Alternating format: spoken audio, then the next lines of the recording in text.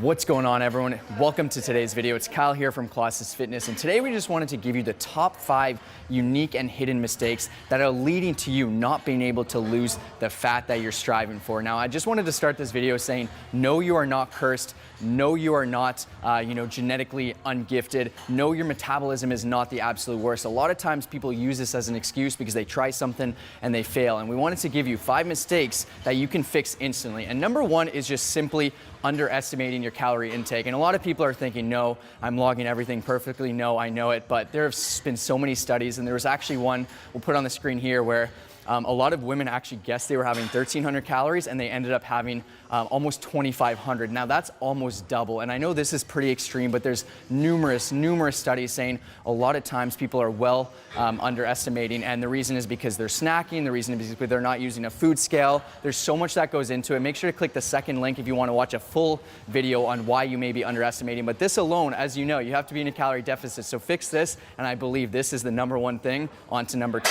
And number 2 hidden mistake is just not being consistent. A lot of people are thinking, no, trust me, Kyle, I'm being consistent. Man, I've seen a lot of people say that, and without being too rude to you, there's a lot of times that it's actually not the case, right? There's a lot of times you will just overindulge on the weekend. There's some times where you're 1 week on, 1 week off, and a lot of times just being super consistent while having the right game plan and everything is the number 1 thing that will just help you succeed in the long run. So really try to dial in and try to figure out a game plan of how you can stay super consistent with everything that you're doing, with your training, with your sleep, with your stress management, with your water, with everything like that. Finding all these areas and being super consistent. And you don't have to be perfect. I always use this analogy. It's kind of like a light switch. On your journey, you don't always have to be 100%. The lights don't have to fully be on. But a lot of times people kind of go 100% and then all the way down to 0, right? You can dim the lights. You can bring it down to about 50% if your week is super busy. You don't have to just give up everything. Stay consistent, and this will help out a ton.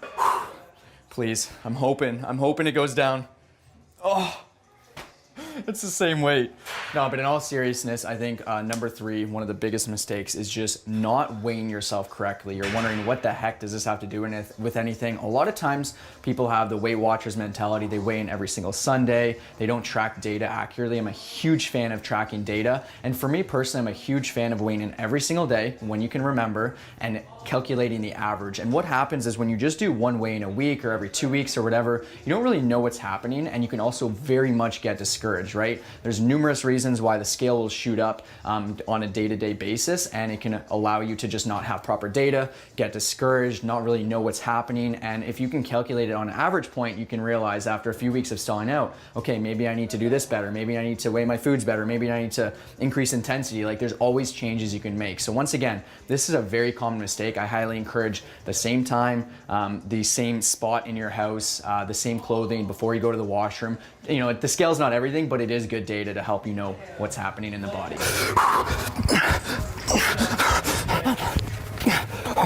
Oh my gosh, I'm tired, man.